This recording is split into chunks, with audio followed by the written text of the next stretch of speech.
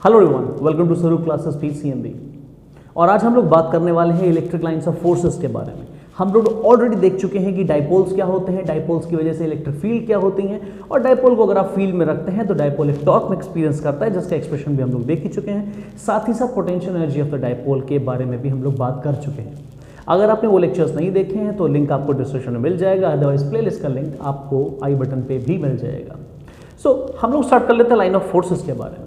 जैसा कि आपने देखा होगा कि डाइपोल को हम लोगों ने एक फील्ड में रखा था और उस फील्ड को हम लोगों ने रिप्रेजेंट करा था इक्विडिस्टेंस पैरेलल लाइन से। तो वहां पर जो इलेक्ट्रिक फील्ड हमने रिप्रेजेंट करी वो कुछ लाइंस की मदद से करी है। इलेक्ट्रिक फील्ड लाइंस जो होती हैं वो रिप्रेजेंटेशन होती है इलेक्ट्रिक फील्ड का। मैं स्पेस में रिप्रेजेंट कर सकता हूं कि इलेक्ट्रिक फील्ड लाइंस जो हैं वो एक गिवन इलेक्ट्रिक फील्ड को रिप्रेजेंट कर रही होंगी, या कोई भी अगर इलेक्ट्रिक फील्ड है तो मैं उसे एक इलेक्ट्रिक लाइन ऑफ फोर्सेस से या इलेक्ट्रिक लाइन से, कुछ लाइन से, या आप कह सकते हैं कुछ कर्व से रिप्रेजेंट कर सकता हूं। ये स्ट्रेट भी हो सकते हैं, ये कर्व्ड भी हो सकते हैं, कैसे भी हो सकते हैं।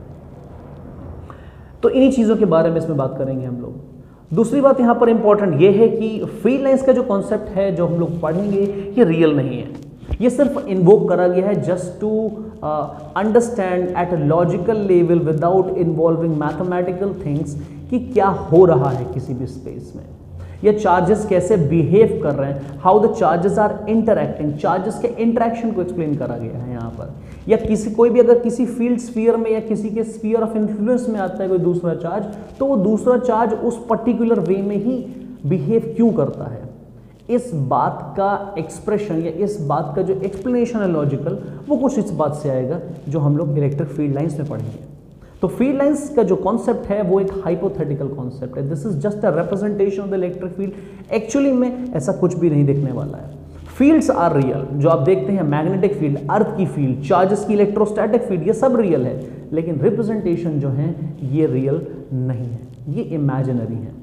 ऑफकोर्स आप इससे पहले भी लाइंस ऑफ फोर्सेस के बारे में सुन चुके हैं, या मैग्नेटिक फील्ड के बारे में सुन चुके हैं, मैग्नेटिक फील्ड लाइंस के बारे में सुन चुके हैं। मे बी आपने देखा होगा कि अर्थ के अराउंड फील्ड्स का कुछ एक पैटर्न सा बना होता है, तो वो रिप्रेजेंटेशन लाइंस ही हैं।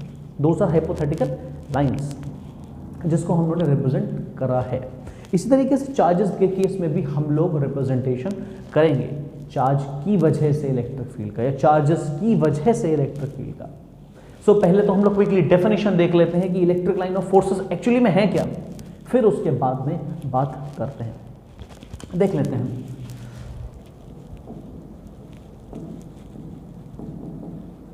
The electric lines of forces are the curve और straight path along which the electric line of forces are the curve or straight path along which a positive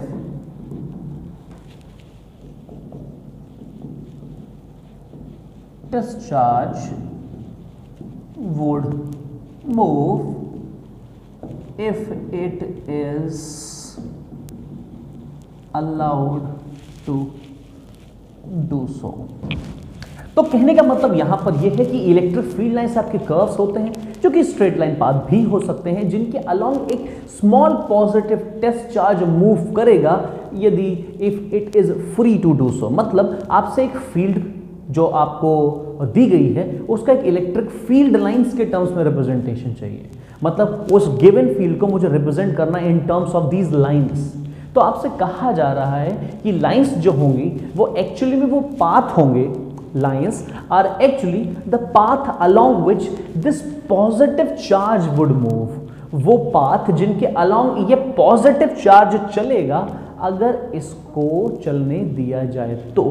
for example मैं ऐसा कह सकता हूं यहां पर example के तौर पे, से मेरे पास एक स्पेस है ए से बी, और ए से बी के स्पेस में एक इलेक्ट्रिक फील्ड एग्जिस्ट कर रही है और मुझे चाहिए उस इलेक्ट्रिक फील्ड का लाइन रिप्रेजेंटेशन। मतलब लाइंस के टर्म्स में आप उसको कैसे रिप्रेजेंट करेंगे, तो हम करेंगे क्या, हम लोग इसके बीच में एक टेस्ट चार्ज रख देंगे पॉजिटिव क्यू, और ये जो टेस्ट चार्ज होगा इसको हम लोग फ्री कर देंगे कि ये ट्रैवल करे। तो जिस पाथ के अलोंग ये क्यू नॉट ट्रैवल करेगा, जिस पाथ के अलोंग ये क्यू नॉट ट्रैवल करेगा, वो जो पाथ होगा वो इस दोनों के, ये जो 2 पॉइंट्स हैं इन दोनों के बीच में एग्जिस्ट करने वाली फील्ड को रिप्रेजेंट करेगा। दैट मीन्स अगर हम लोग यहां से एक चार्ज छोड़ दें और मैं कहूं कि जो चार्ज है वो ऐसे चला, that means this is the locus of all those points जिसके अलोंग आपका चार्ज ट्रेवल करा है। तो ये जो एक स्ट्रेट लाइन होगी या उन डॉट्स, जिनके डॉट्स के अलोंग ये चार्ज पार्टिकल ट्रैवल करा है, उन डॉट्स को अगर आप मिलाएंगे तो आपको एक स्ट्रेट लाइन मिल रही है। तो ये जो स्ट्रेट लाइन है ये वो कर्व है या जो एक स्ट्रेट लाइन है जिसके अलोंग ये पॉजिटिव चार्ज मूव करा है। तो ए बी रीजन के बीच में जो इलेक्ट्रिक फील्ड होगी वो कुछ ऐसी दिखने वाली है। Okay, so these lines are called field lines, और ये पाथ होते हैं जो एक पॉजिटिव चार्ज ट्रेस आउट करता है जब हम उसे उस फील्ड में रख देते हैं। So electric fields are simply the curves या straight line path along which a positive charge would move if it is allowed to do so. That means आप समझ चुके हैं कि क्या इसका मतलब है। सेकेंडली जो हम लोग यहाँ पर बात करेंगे वो है कि इलेक्ट्रिक फील्ड लाइंस जो है आपने जब बनाई तो एक बात समझिए, ये चार्ज इधर मूव करा, ये चार्ज इधर मूव करा, दैट समथिंग मीन्स कि इस चार्ज पर इधर फोर्स लगी होगी, ये चार्ज पर इधर फोर्स लगी होगी, क्योंकि जब ये पाथ तभी ट्रेस होने वाले हैं जब इस चार्ज पार्टिकल पर फोर्स लगे। इस वजह से हम लोग इसे लाइंस ऑफ फोर्सेस कहते हैं। अगर चार्ज पार्टिकल यहाँ रखेंगे तो इन लाइन के अलोंग उस पर फोर्स लग रही है, जो फोर्स एक्ट हो रही है चार्ज पर वो एक लाइन की टर्म्स में लग रही है, एक कर्व के अलोंग लग रही है। So that's why these lines are also called lines of forces, electric field lines या electric line of forces. Secondly चलिए एक डायग्रामेटिकल रिप्रेजेंटेशन करते हैं। जैसे सपोज कीजिए मेरे पास एक पॉजिटिव चार्ज रखा है इस स्पेस में, और मुझे पता लगाना है कि एक पॉजिटिव चार्ज की वजह से फील्ड लाइंस दिखती कैसे हैं। अगर हमको ये जानना है कि पॉजिटिव चार्ज की वजह से फील्ड लाइंस एक्चुअली में दिखती कैसे है, तो हमसे कहा क्या गया है, इस डेफिनेशन के अनुसार अगर मुझे इसकी फील्ड लाइंस को ड्रॉ आउट करना है तो मुझे यहां पर रखना पड़ेगा एक स्मॉल पॉजिटिव टेस्ट चार्ज जिसका मैग्नीट्यूड मैं कह देता हूं प्लस का क्यू नॉट है। अब आपको क्या करना है, यहां पर रखिए तो हम यहां का कर्व ऑब्टेन कर लेंगे। मैंने एक बार चार्ज यहां पर रखा, एक बार यही चार्ज यहां पर रखा, एक बार यही चार्ज यहां पर रखा, फिर यहां पर रखा, then again here, then here. इन सब स्पॉट पे हम लोगों ने छोटे छोटे स्मॉल पॉजिटिव चार्ज रख दिए। अब देखते हैं कैसा चार्ज, ये कैसा पाथ ट्रेस करते हैं। देखिए जरा, ये आपका प्लस का क्यू नॉट है, प्लस का क्यू नॉट है और यहाँ पर प्लस का चार्ज ऑलरेडी है। इन दोनों के बीच में रिपल्शन होगा तो चार्ज कुछ ऐसे जाने वाला है, चार्ज कुछ ऐसा जाने वाला है। इसी तरीके से इन दोनों के बीच में जब फोर्स होगी तो चार्ज कुछ ऐसे ट्रेवल करने वाला है। इन दोनों के बीच में जब होगी तो चार्ज पार्टिकल कुछ ऐसा जाने वाला है, आगे कुछ ऐसा, कुछ ऐसा, कुछ ऐसा, and then something here. Okay, let me draw this. Okay, this way, कुछ ऐसा। तो ये है पॉजिटिव चार्ज की वजह से फील्ड लाइंस या पॉजिटिव चार्ज की वजह से निकलने वाली इलेक्ट्रिक फील्ड लाइंस, या this represents the lines of forces of positive charge.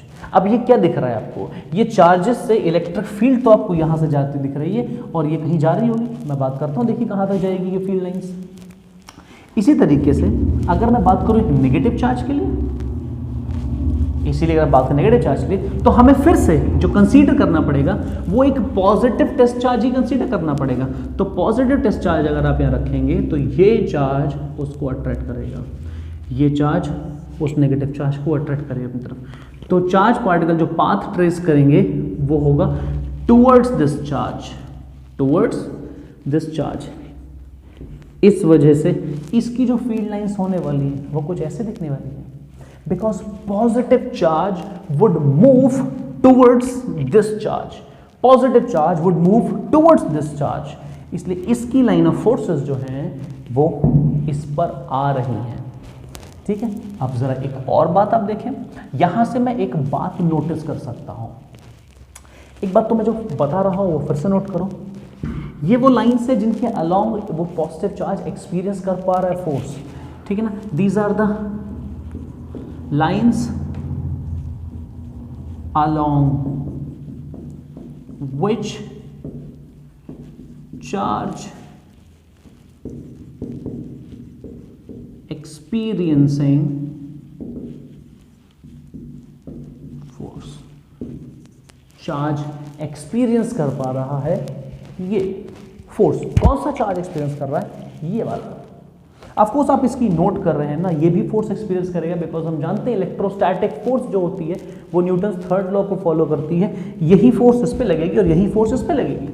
लेकिन मैं मान रहा हूँ ये चार्ज फिक्स्ड है, तो ये वाला ट्रैवल कर रहा है, और अगर बहुत छोटा चार्ज ट्रैवल कर रहा है तो जिस पाथ के अलोंग ये ट्रैवल करेगा वो इसकी फील्ड लाइन कर्व्स होंगे।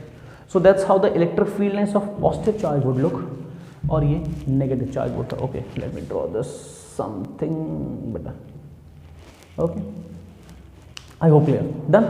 चलिए अब एक बात और ऐड करते हैं। अगर मैं यहां पे आपसे कहूं कि मेरे पास अभी तो ये पॉजिटिव चार्जेस हैं, अभी हमारे पास अगर दो पॉजिटिव चार्ज हो या एक पॉजिटिव और एक नेगेटिव चार्ज हो, तब आप क्या करोगे? एक पॉजिटिव और एक नेगेटिव चार्ज हो तो हम लोग क्या करने वाले हैं? देखिए अभी अगर मुझे अभी यहां पर क्या होने वाला है, ये सिंपल पॉजिटिव चार्ज था, आइसोलेटेड पॉजिटिव, इस स्पेस में कुछ नहीं है, this is only positive charge, और यहां पर क्या है? सिर्फ नेगेटिव चार्ज है। अभी हम लोग क्या करेंगे? हम लोग एक पॉजिटिव और एक नेगेटिव चार्ज यहां पर कंसीडर करने वाले हैं। Okay, let me draw this little bit, थोड़ा सा दूर, यहां पर नेगेटिव, कुछ ऐसा।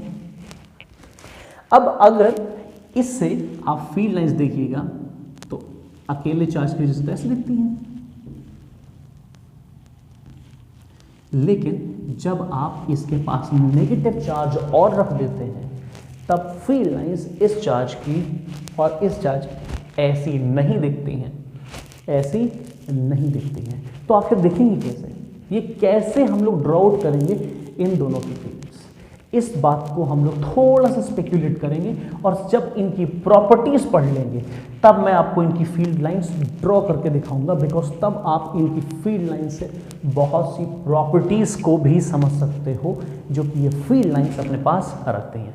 फॉर नाउ अगर आप जानते हैं तो इनकी फील्ड लाइंस कुछ ऐसी दिखती हैं। मैं एक बार ड्रॉ आउट कर देता हूँ, समझाऊंगा आपको प्रॉपर्टीज के बाद।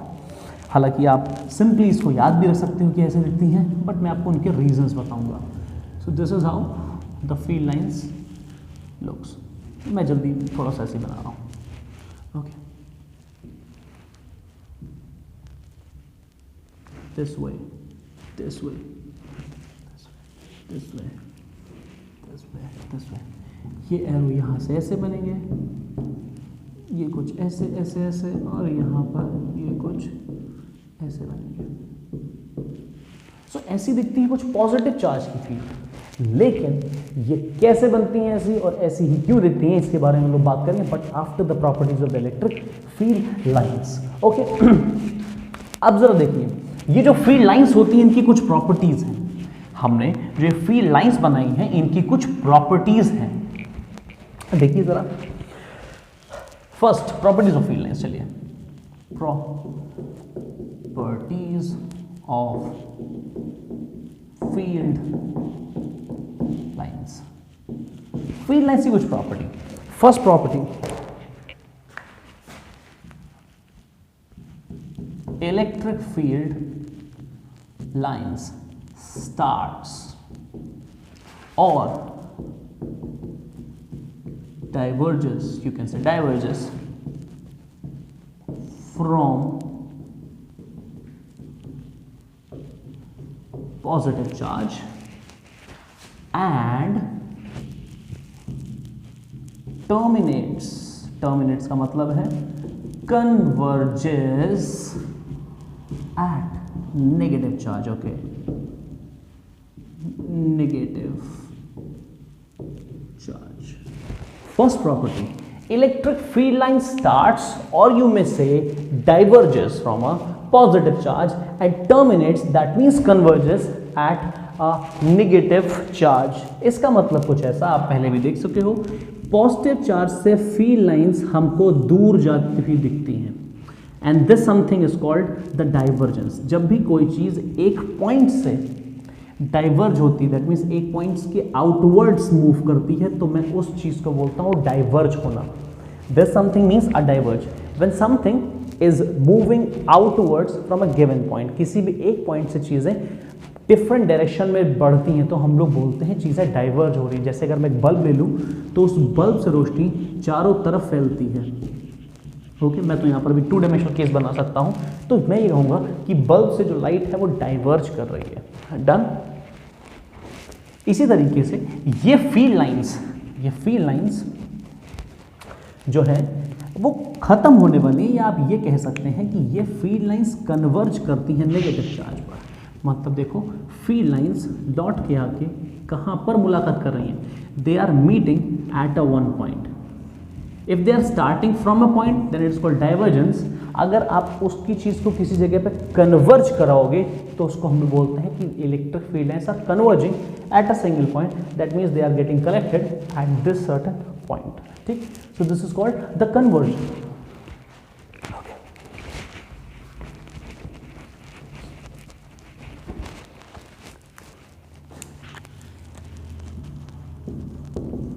For isolated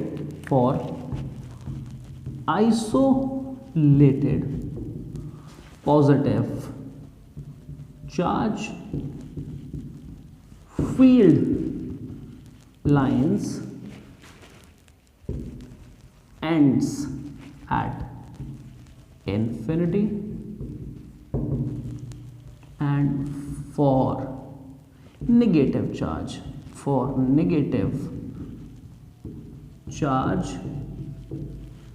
field lines starts from infinity. This is one of the most important, not most important, but yes, it is an important point. जरा देखो, मैं पहले ही जान चुका हूँ इलेक्ट्रिक फील्ड लाइंस को। जैसे ये जो फील्ड लाइंस होती हैं इलेक्ट्रिक फील्ड को रिप्रेजेंट कर रही हैं, मतलब जिस फील्ड के बारे में आप बात कर रहे हो ये उस फील्ड को रिप्रेजेंट कर रही हैं। मतलब ये बता रही हैं कि इस चार्ज की वजह से ये फील्ड लाइंस निकल रही हैं। अच्छा, यहाँ पर एक सिंपल सा पॉइंट ऐड कर देता हूँ जिसके बारे में हम लोग लेटर ऑन बात करेंगे। अगर इस चार्ज का मैग्नीट्यूड Q है, ठीक है ना, और सपोज करो अगर ये Q ना हो कि ये कोई Q डैश हो जाता, और सपोज Q डैश का जो मैग्नीट्यूड है वो बहुत ज़्यादा होता Q से, तो इससे निकलने वाली फील्ड लाइंस भी ज़्यादा हो जाती हैं। मतलब अगर चार्ज बड़ा है तो फील्ड लाइंस भी ज़्यादा होती हैं। अगर चार्ज बड़ा है तो फील्ड लाइंस जो होती हैं वो भी ज़्यादा होती हैं। कुछ इसी तरीके से, मतलब आपकी जो स्ट्रेंथ ऑफ द फील्ड है या स्ट्रेंथ ऑफ द फील्ड जो ये चार्ज प्रोड्यूस कर रहा है वो आप नंबर ऑफ लाइन से बता सकते हो। कुछ कहने का मतलब हमारा ऐसा है यहाँ पर। तो आप एक चीज़ जानते हो, जो इलेक्ट्रिक फील्ड होती है वो वेरी करती है 1/r²। मतलब अगर मुझे एक्सपेक्ट करना है कि इलेक्ट्रिक फील्ड 0 पे चले जाए, मतलब इलेक्ट्रिक फील्ड की वैल्यू 0 हो जाए, तो ये कहाँ पर होने वाली है? इन्फिनिटी पर। तो इस तरीके से मैं यहाँ पर ये कह सकता हूँ कि यहाँ से जो फील्ड लाइन स्टार्ट ऑफ हुई है ना, ये कम से कम ये खत्म होगी जहाँ के, कहाँ के? इन्फिनिटी पर। इनका जो लास्ट, अगर मैं आइसोलेटेड लूँ ना, आइसोलेटेड समझ लो ना, मतलब दुनिया में सिर्फ पॉजिटिव चार्ज हो, मतलब उसके आसपास कहीं पर भी नेगेटिव चार्ज ना हो, क्योंकि हमेशा फील्ड लाइंस पॉजिटिव से निकलती है और वो जाके नेगेटिव में चली जाती है। दैट मीन्स आप कह सकते हो they are start originates from positive charge and terminates at negative charge. और you can say positive charge source होता है फील्ड का, और नेगेटिव चार्ज एक सिंक होता है जो उन नेगेटिव फील्ड्स को, ये जो पॉजिटिव से फील्ड आ रही हैं उनको अब्सॉर्ब कर लेता है। यू कैन से इन दिस वे।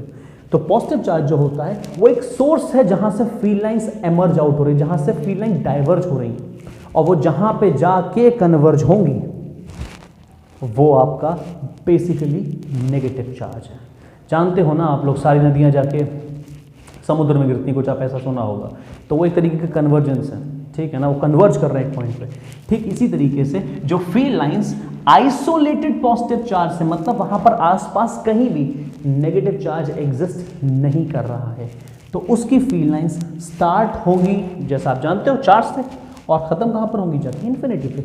और नेगेटिव चार्ज अगर आप एक्सपेक्ट कर रहे हो कि नेगेटिव चार्ज कहीं पर होगा तो उसकी फील्ड लाइंस जो टर्मिनेट होंगी वो होंगी आपकी नेगेटिव चार्ज पे, जैसा आपका डायग्राम बना है। लेकिन ये आ कहाँ से रही होंगे, they must be coming from infinity. So for negative charge the field lines starts from infinity, starts from infinity. I hope it make sense. Done. अब अगर मैं नेक्स्ट बात और कहूं, जैसे the electric field lines are always continuous curves,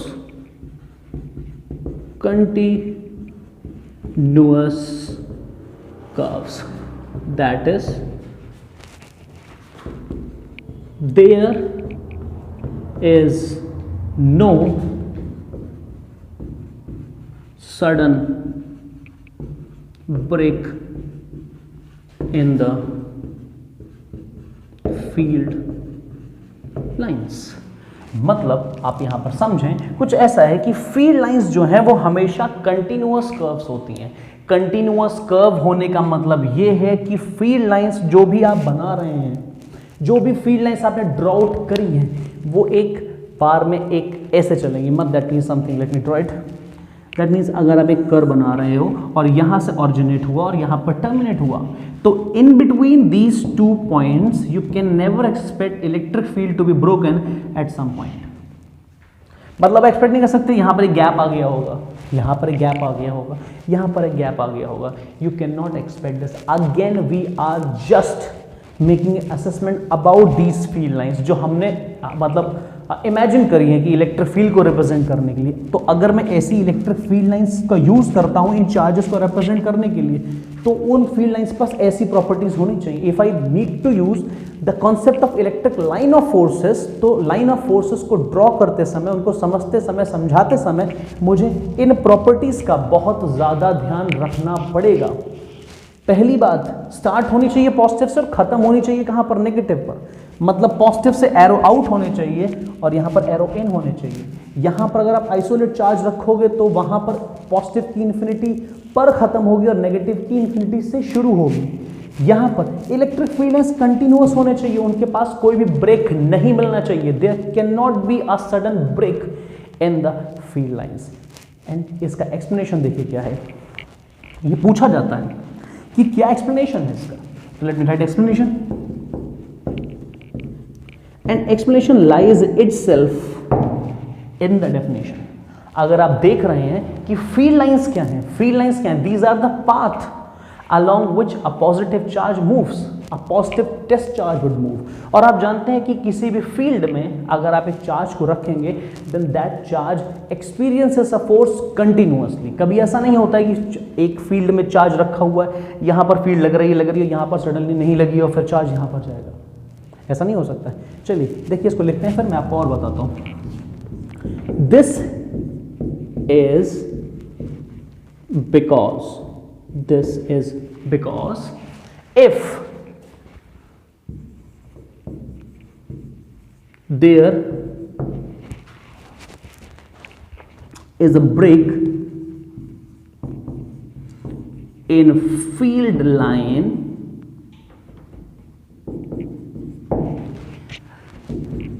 then the test charge would jump from one point to another, jump from one point to another, and this is not possible. This is simply not possible. Why? As the charge in field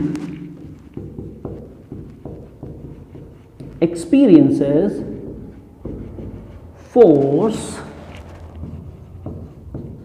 continuously. That something means कि आप you can not expect that अगर आपको jump मतलब अगर आपके पास break हुआ, चलिए पहले मैं इसको डिलीट करता हूं, समझाता हूं फिर। ओके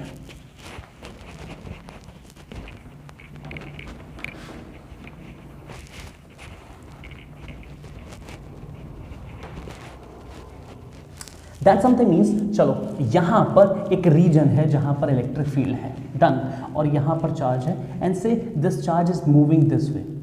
मैं ऐसे ही एक एग्जाम्पल को आप लेता हूँ, और ये चार्ज अगर यहाँ से यहाँ पर मूव कर रहा है, या मैं कह देता हूँ ये चार्ज यहाँ से लेके यहाँ तक मूव कर रहा है, ओके, और ये फील्ड लाइन में है, तो ये फील्ड लाइन रिप्रेजेंट कर रही है वो पाथ जिनके अलोंग चार्ज मूव कर रहा है।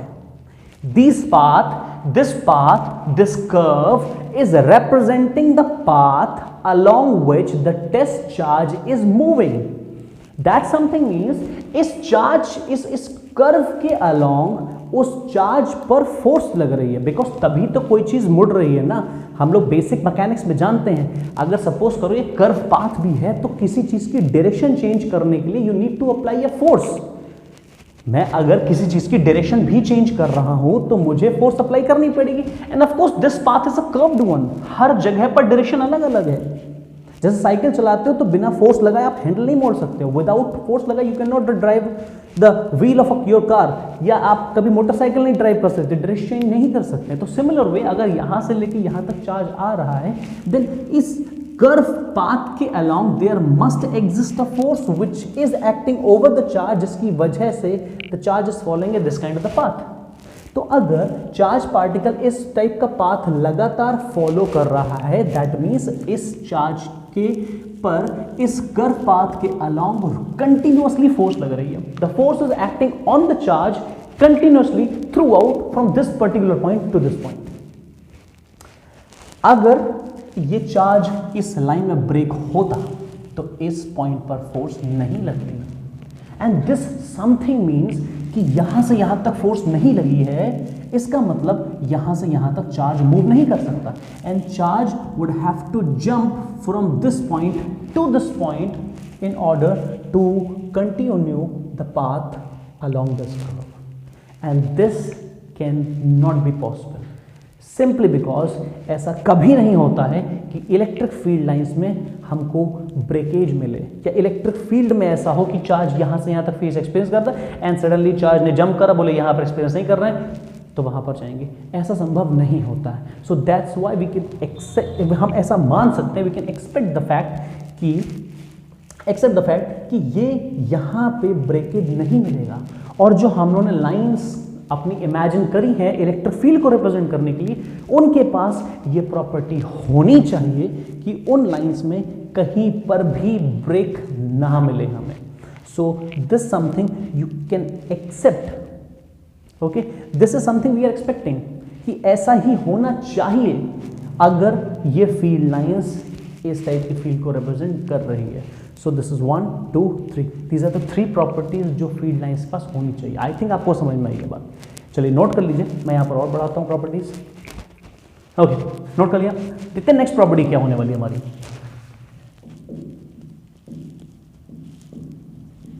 The tangent to any point on the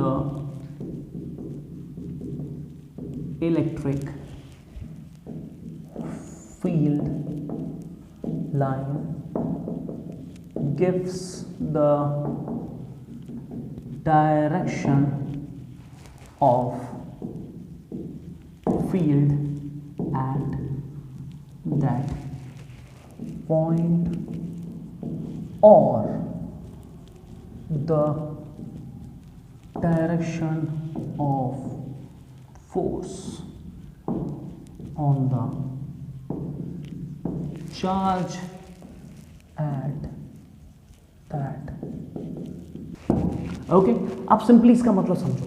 suppose करो, पहले डायग्रामेटिकली रिप्रेजेंट कर लेते हैं। अगर मेरे पास ये फील्ड लाइंस है, अगर मेरे पास ये फील्ड लाइन है, and this field lines is starting from this point to this point, starting from this point and यहाँ तक जा रही है। तो अब मुझे अगर इस फील्ड लाइन पर किसी भी पॉइंट को चुनने के लिए कहा जाए and we were to draw a tangent at this point, तो इस पॉइंट का जो टेंजेंट होगा, दिस टेंजेंट, ये क्या पॉइंट कर रहा है?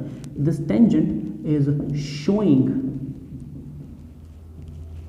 The direction of electric field eight this point.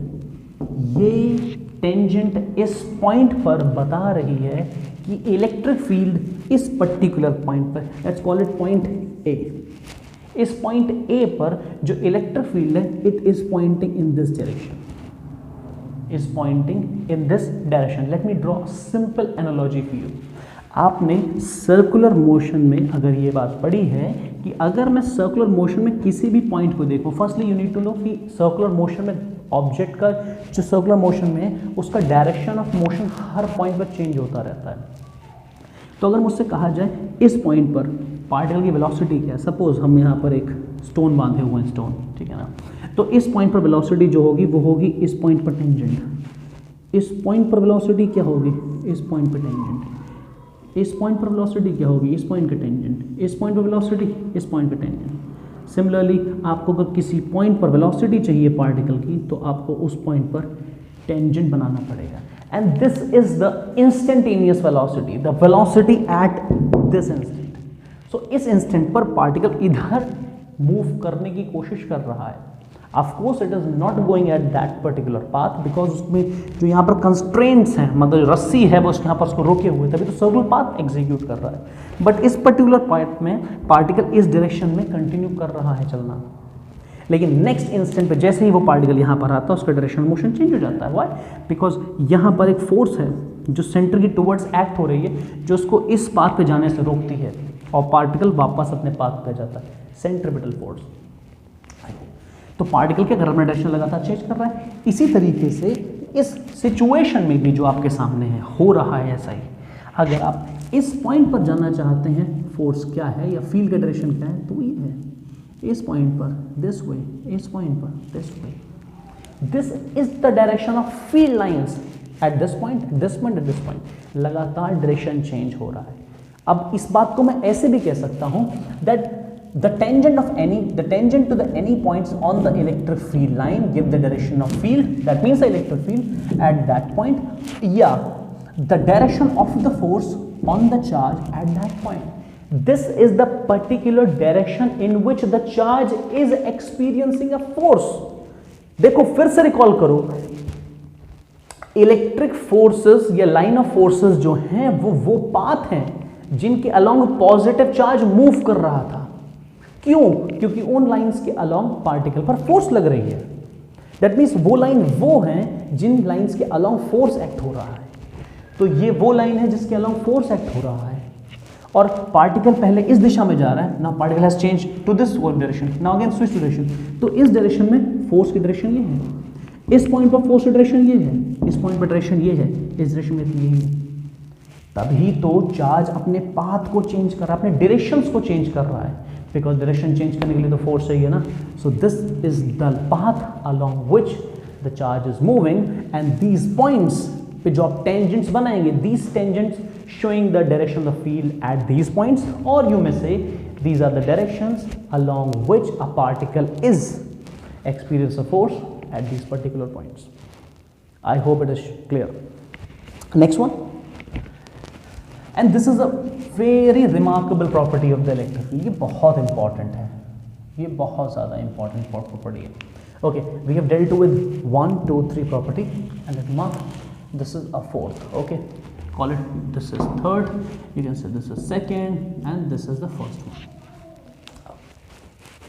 चलिए फिफ्थ देख लेते हैं। The two lines of force never intersects with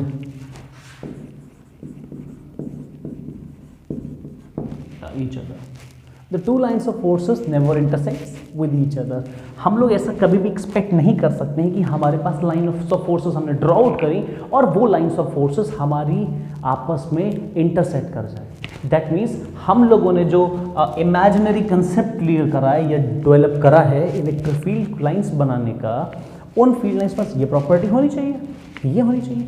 साथ ही साथ मैं किसी भी पॉइंट पर फील्ड लाइन्स ऐसी नहीं बना सकता हूँ। Suppose these are the two lines, ये इधर जा रही है, ये इधर जा रही है, ठीक है। मैं इसको ऐसा ना करके मैं इसको ऐसे बना सकता हूँ, ये फील्ड लाइन इधर जा रही है, ये फील्ड लाइन्स इधर जा रही है ना। तो मैं ऐसा भी बना सकता हूँ, मैं कर्व भी बना सकता हूँ, कैसा भी बना सकता हूँ। तो कभी भी आप क्या देखेंगे, आप ये देखेंगे कि फील्ड लाइन्स आपस में इंटरसेक्ट नहीं करेंगी। अब ऐसा क्यों होगा?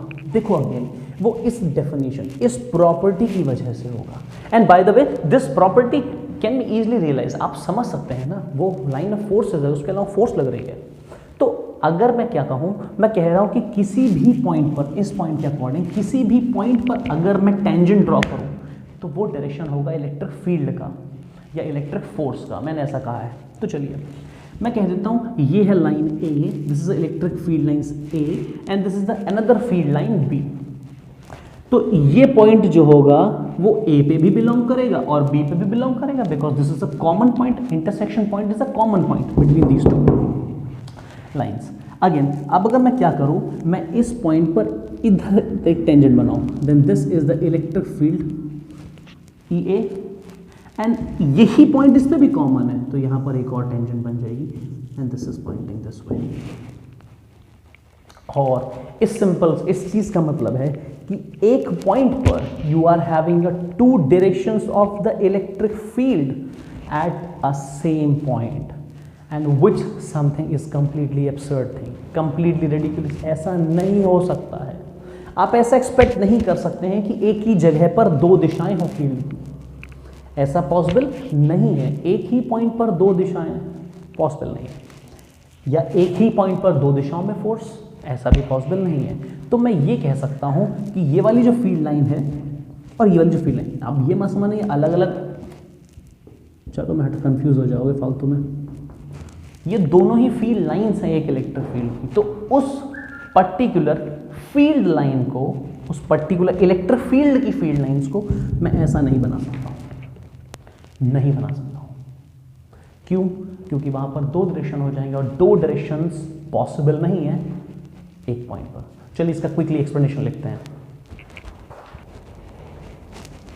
Simple explanation. चलिए लिखते हैं।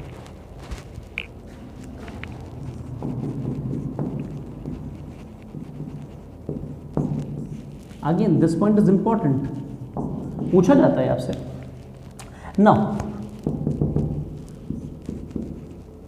This is because at the point of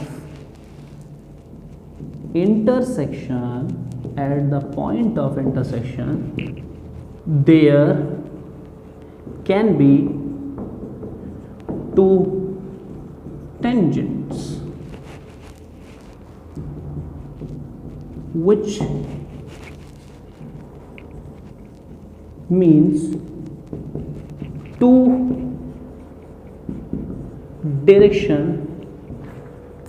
of field at same point, which is not possible, which is not possible. You cannot have this situation. If they were intersect at the same point, this means that, or you can say which points, which means two direction of a field line at same point, and it is not possible. And, or you can say this way, and it is not possible for the simple reason, इस वजह से आप कभी भी accept नहीं कर सकते हैं। You can never expect this something to happen. ठीक है, तो हमने जो फील्ड लाइंस पिकअप करी हैं उसके पास ये प्रॉपर्टी भी होनी चाहिए। ओके, आगे देखते हैं, इसको नोट कर लीजिए। आप एक स्क्रीनशॉट ले लीजिए इसका, मैं बोर्ड से हट जाता हूँ। ओके, चलिए एक छोटा सा पॉइंट यहाँ पर ऐड कर देते हैं, 6th,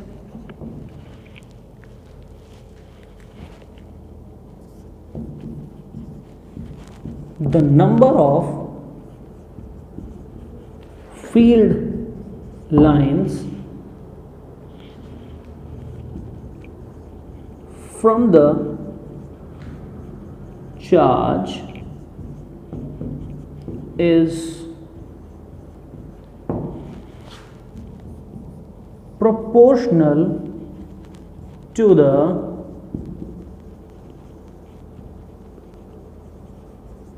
magnitude of charge। जो नंबर ऑफ फील्ड लाइंस किसी भी चार्ज से एमनेट हो रही हैं, मतलब निकल रही हैं या एक नेगेटिव चार्ज पर कन्वर्ज कर रही हैं, वो इस बात पे डिपेंड करेगा कि उस चार्ज का मैग्नीट्यूड कितना है। That is proportional to the magnitude of charge. Okay, another one,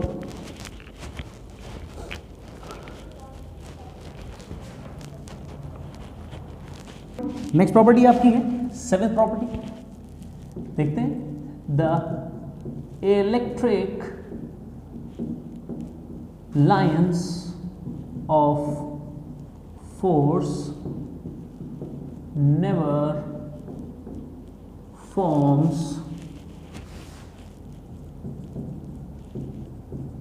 closed loop. That something means कि इलेक्ट्रिक फील्ड लाइंस कभी लूप की फॉर्म में एग्जिस्ट नहीं करती है।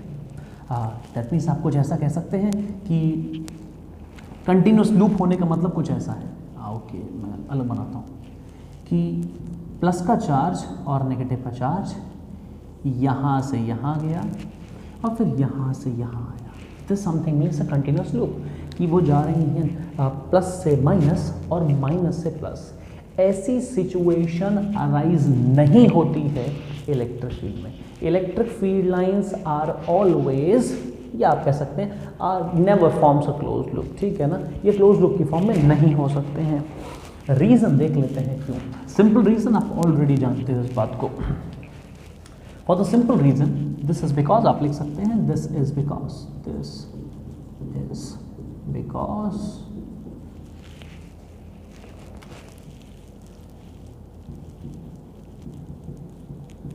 electric field never starts from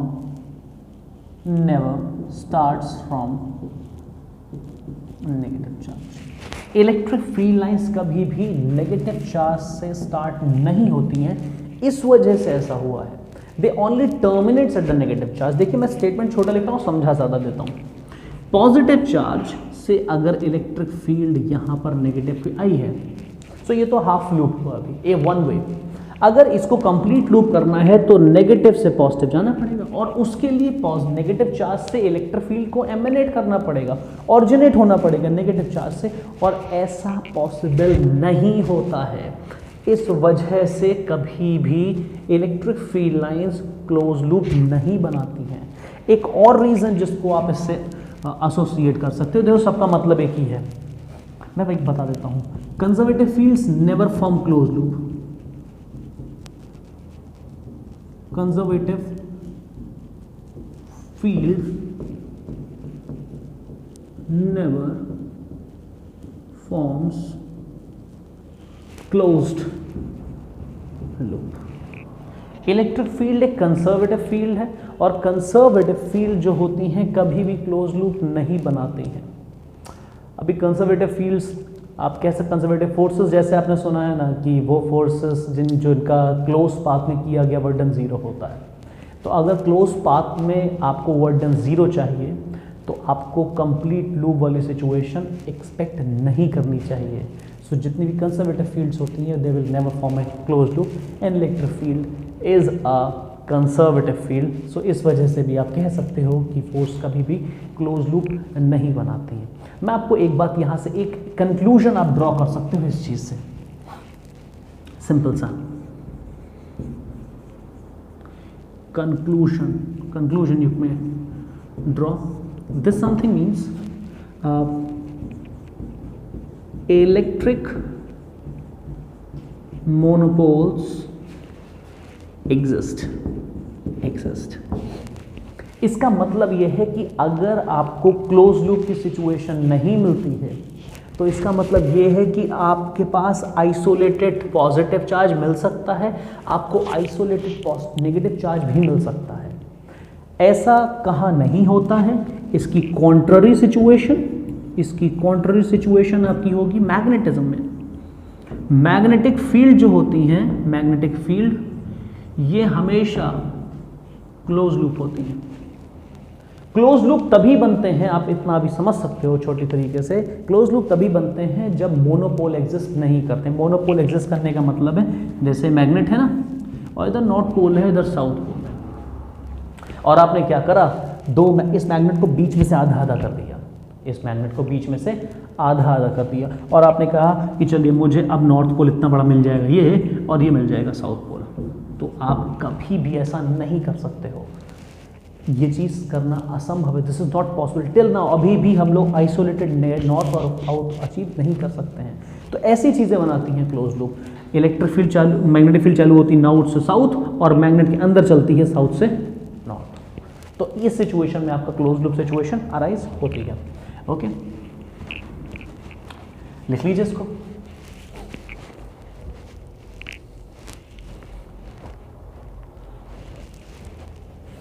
दूसरी बात यहीं पर ऐड कर देते हैं, the electric field lines are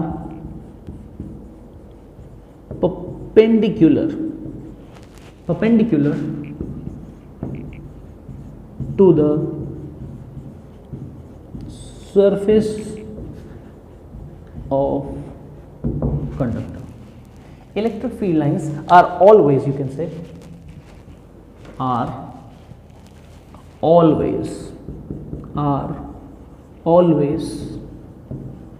perpendicular to the surface of the conductor. अगर आपके पास कभी कंडक्टर है तो उस कंडक्टर पर हमेशा फील्ड लाइंस परपेंडिकुलर ही होगी।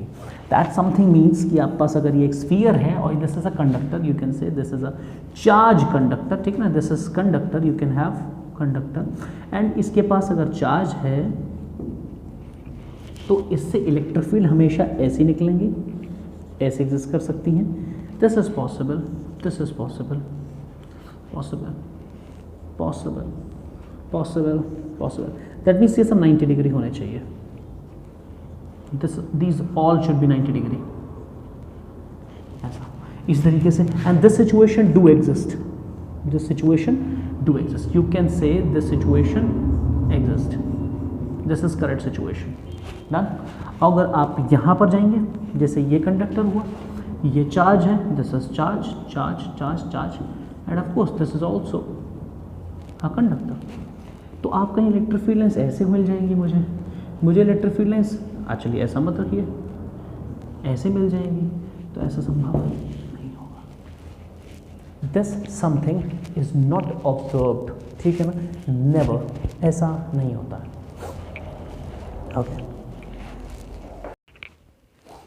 ओके, अनदर पॉइंट, हमने बात कर ली कंडक्टर के सरफेस पे परपेंडिकुलर होती है फील्ड।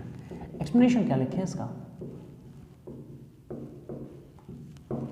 मैंने कहा electric field is always perpendicular to the surface of the conductor. Surface of the conductor के फील्ड हमेशा परपेंडिकुलर ही होती है। ऐसा क्यों? मतलब why this is a condition. देखिए, जैसा कि मैंने एक डायग्राम बनाया था आपके लिए, ये ही सिंपल सिचुएशन पॉसिबल है, मैं यही बना रहा हूँ, ठीक है ना, अभी के लिए तो अच्छा, मैं स्फीयर ले रहा हूँ, आप कोई एल शेप्ड कंडक्टर भी ले सकते हो भाई। मतलब अगर आप ऐसा कंडक्टर ले रहे हो, ठीक है ना, तो इसका लोकल परपेंडिकुलर कैसा होगा? मतलब एक गिवन पॉइंट पर इस पॉइंट का परपेंडिकुलर ऐसा होगा, इस पॉइंट का परपेंडिकुलर ऐसा होगा, इस पॉइंट का ऐसा होगा, इस पॉइंट का ऐसा होगा, इस पर्टिकुलर पॉइंट का ऐसा होगा, इस पर्टिकुलर पॉइंट का ऐसा होगा, इस पर्टिकुलर पॉइंट का ऐसा होगा, इस पर्टिकुलर पॉइंट का ऐसा होगा, इस पर्टिकुलर पॉइंट पर ऐसा होगा, एट दिस सर्टेन पॉइंट ऐसा, ठीक है। तो ऐसी रिस्ट्रिक्शन नहीं है कि ऐसा ही एकदम आपको एक्सपेक्ट करना है सूरज इलेक्ट्रिक फील्ड निकल रही है, लाइट निकल रही है, ऐसा ही नहीं लेना। आप एक एल शेप कंडक्टर भी ले सकते हैं।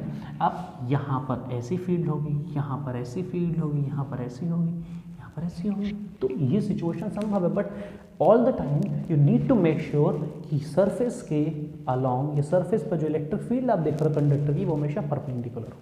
ना एक्सप्लेनेशन फॉर दिस मैंने ऊपर लिख दिया था, यहाँ लिखते हैं दिस मीन्स दैट। देखो मैं पहले नेक्स्ट लिखता हूँ फिर उसको बताता हूँ। Okay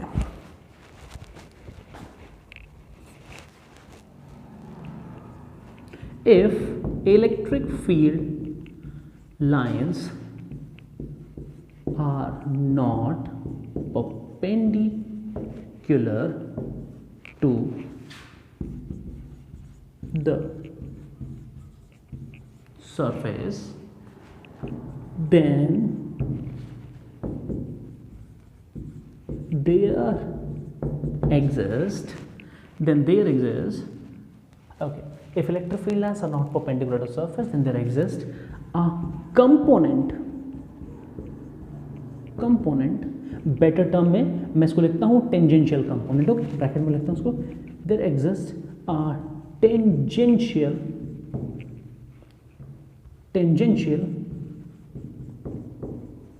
component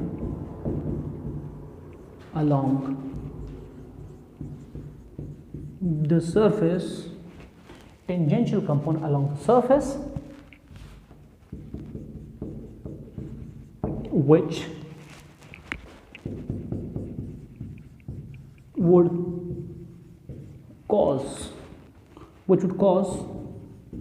the charge to move over surface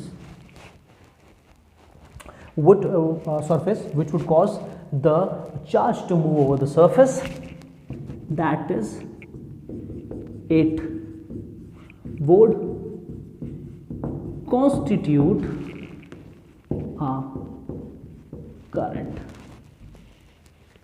But no such currents are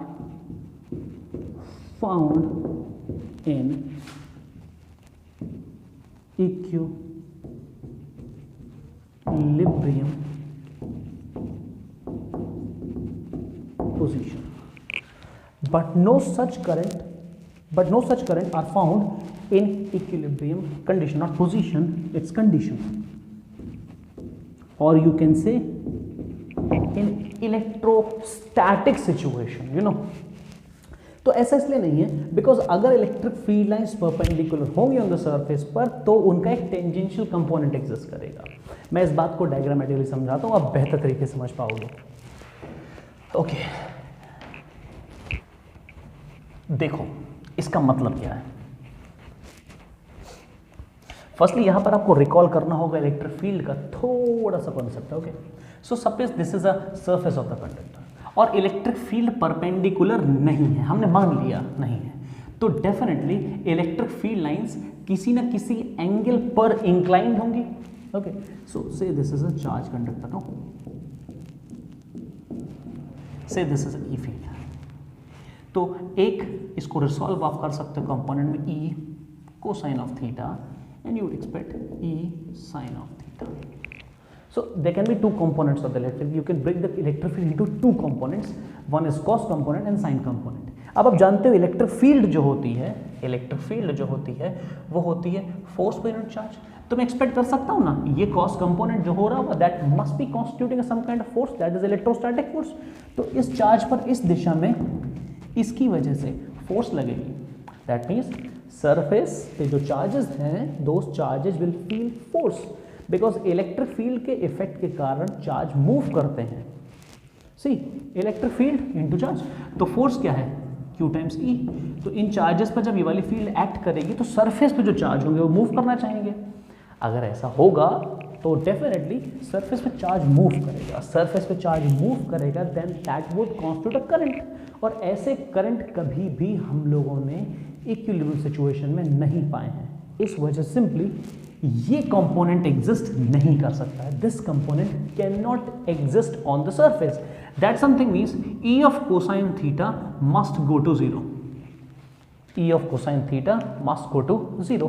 Since E is not 0, E to 0 है नहीं, because there is electric field. So this would means cosine theta is 0. This require theta to be 90. Then this something is sine of theta. Okay. अब इसका explanation एक और भी है जो आप लोग अभी आगे वाले आने वाले मतलब जो मैं लेक्चर्स बताऊंगा उसमें समझोगे। अगर आप में से इसका रीज़न कोई ऐसा भी सुनना चाहे जो कि मैं आगे बताऊंगा अभी, ऐसा भी होता है कि कंडक्टर की सरफेस एक इक्विपोटेंशियल सरफेस होती है, इक्विपोटेंशियल सरफेस होती है, और इक्विपोटेंशियल सरफेस पे मूव करने के लिए कोई वर्क नहीं करना पड़ता है, इस वजह से इलेक्ट्रिक फील्ड एग्जिस्ट नहीं कर सकती है। ऐसा ये भी एक रीज़न है जो कि हम लोग पढ़ेंगे आगे, ठीक है ना। For now you can okay ना, electric field lines do not passes through the conductor. Electric field lines do not passes through the conductor as there is no electric field exists inside the conductor. Say this is the reason. Okay. देखो you need to simply इस चीज़ को आपको एक बार में समझना पड़ेगा, because इस चीज़ का ज़्यादा डीप मीनिंग क्या है ये आप कंडक्टर्स की प्रॉपर्टीज में पढ़ पाओगे, जो कि हम लोग पोटेंशियल का चैप्टर जब चालू करेंगे इसके बाद तो आप समझ लोगे।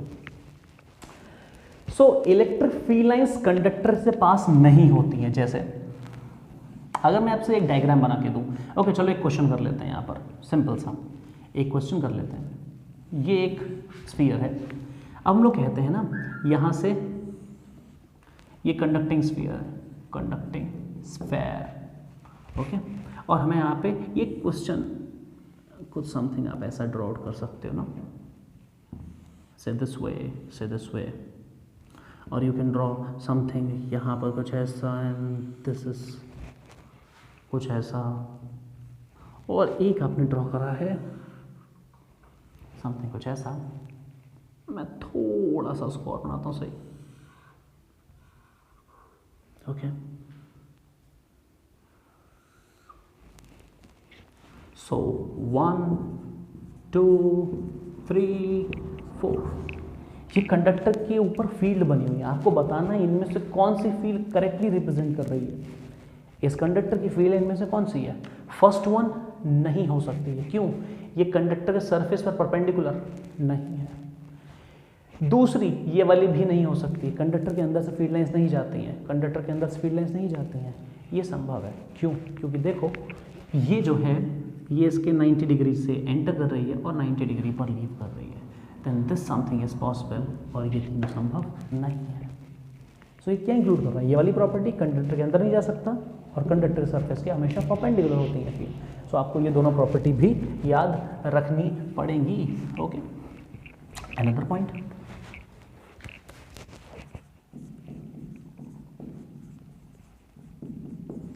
the relative closeness of the field lines signifies the strength of the field. Now इस बात पे भी डिपेंड करता है इलेक्ट्रिक फील्ड इंटेंसिटी। जैसे रिलेटिव क्लोजनेस, मैं क्या करता हूँ, मैं फील्ड लाइंस बनाता हूँ, ओके।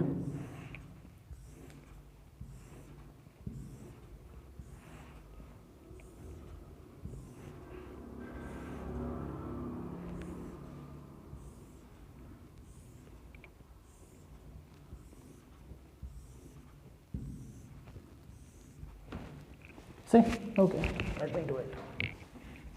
कुछ ऐसा मान लो,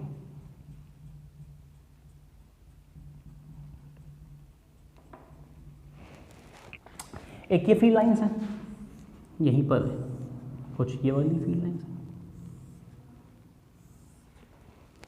ये एक फील्ड लाइन है और यहाँ पर फील्ड लाइन है, ये दो। अब आप देख रहे हो कि मैंने जो फील्ड लाइंस बनाई, of course they are parallel lines, ये पैरेलल लाइंस है। हम लोग बात कर चुके हैं यूनिफॉर्म फील्ड पैरेलल लाइन से रिप्रेजेंट करी जाती है। That means uniform fields are represented by equidistant parallel lines. ये बात हम लोग कर चुके हैं टॉर्क वाले में, टॉर्क ऑन अ डाइपोल वाले लेक्चर में। मैं अभी उस चीज़ को यूज़ कर रहा हूँ, फिर आपको यहीं पे डिफाइन भी करके बता दूंगा।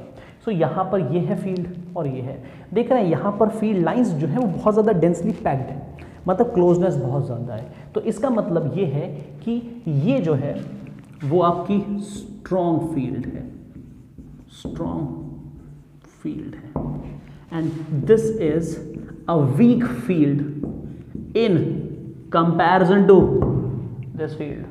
अगर कोई फील्ड है जो इससे भी ज़्यादा दूर दूर मार्क हैं तो ये स्ट्रॉन्ग फील्ड है in comparison to this field. तो रिलेटिव क्लोजनेस जो होती है वो भी आपको बताती है about the strength of the field. I hope it is clear. Done, आगे देखते हैं।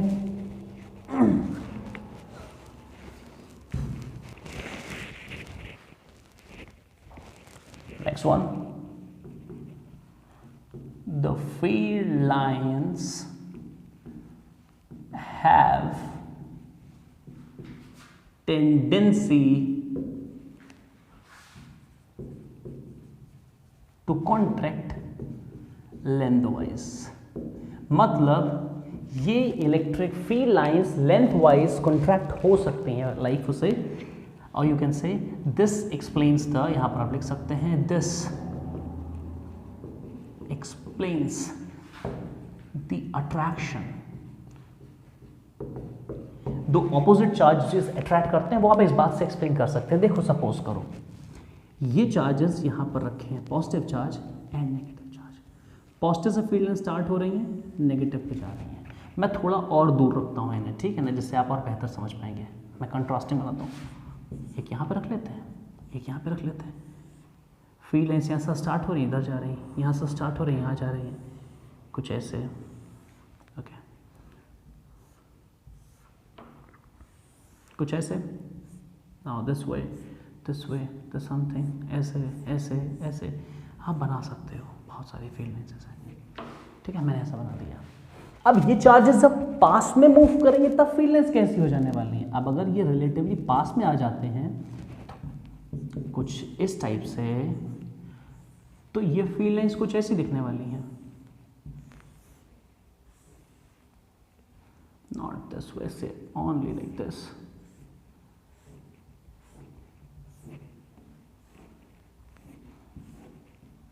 कुछ ऐसे। तो आप कह सकते हैं कि देखिए ना, यहां पर फील्ड लाइंस ऐसी थी और यहां पर पास आ गई, तो इनमें क्या हुआ है, एक लेंथ वाइज कंट्रैक्शन हुआ है। ये दो चार्जेस आपस जब पास हुए हैं तो ये फील्ड लाइंस भी आपस में बेंट हो गई हैं। सो इनके पास लेंथ वाइज कॉन्ट्रैक्ट होने की टेंडेंसी होनी चाहिए। ध्यान रखिए, हमने जो फील्ड लाइंस को इमेजिन करा है उनके पास ये प्रॉपर्टी भी होनी चाहिए। अनदर वन, पहले इसको नोट कर लीजिए, मैं इधर बनाता हूं इसको।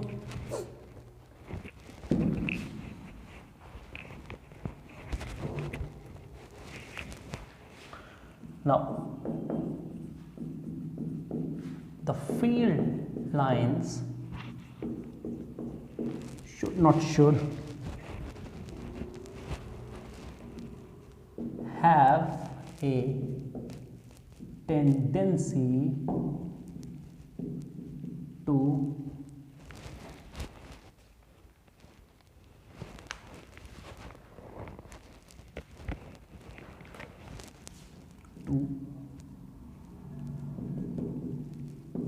expand laterally.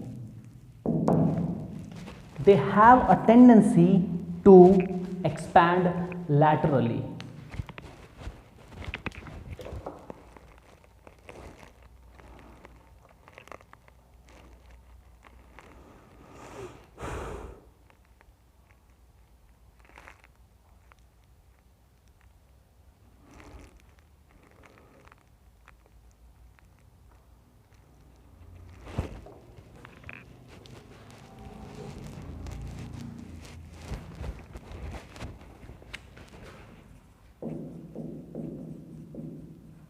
Electric field lines apply lateral pressure on each other। ये लेटरल प्रेशर अप्लाई करती है each other एक दूसरे पर। आप जैसे दो पॉजिटिव चार्ज ले लीजिए, ये पॉजिटिव चार्ज। अब आप ये तो एक्सपेक्ट कर नहीं सकते, जैसा आप जानते हैं इसकी जिस फील्ड ऐसी जा सकती है, ऐसे जा सकती है, तो ये सिचुएशन तो संभव है नहीं, ये सिचुएशन इज नॉट पॉसिबल। और अगर ये सिचुएशन पॉसिबल नहीं है तो यहाँ पर फील्ड लाइन्स आप कैसे लाने वाले हैं? देखिए इसकी वजह से कुछ ऐसा, कुछ ऐसा, कुछ ऐसे फील्ड्स, कुछ ऐसे फील्ड्स और कुछ ऐसे फील्ड्स और कुछ ऐसे फील्ड्स, इसकी वजह से थोड़ा और पास बना लीजिए इसको, कुछ ऐसे फील्ड, कुछ ऐसे field.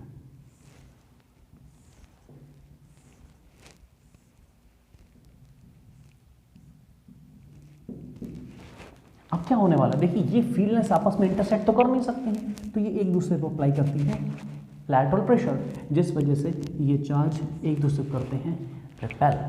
So this is the next property. One more fact, uniform fields are represented by equidistant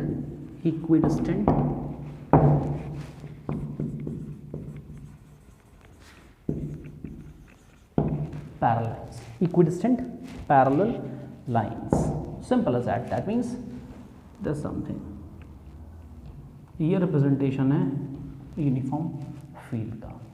I hope it is clear, I hope these are clear. So ये कुछ प्रॉपर्टीज थी आपकी इलेक्ट्रिक फील्ड के बारे में। I hope you find it helpful.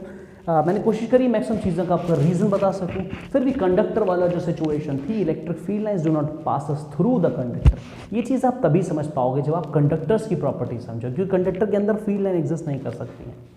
So with that मैं इस lecture को बाइंड अप करता हूँ और आपसे मिलेंगे हम नेक्स्ट लेक्चर में। So till then bye bye.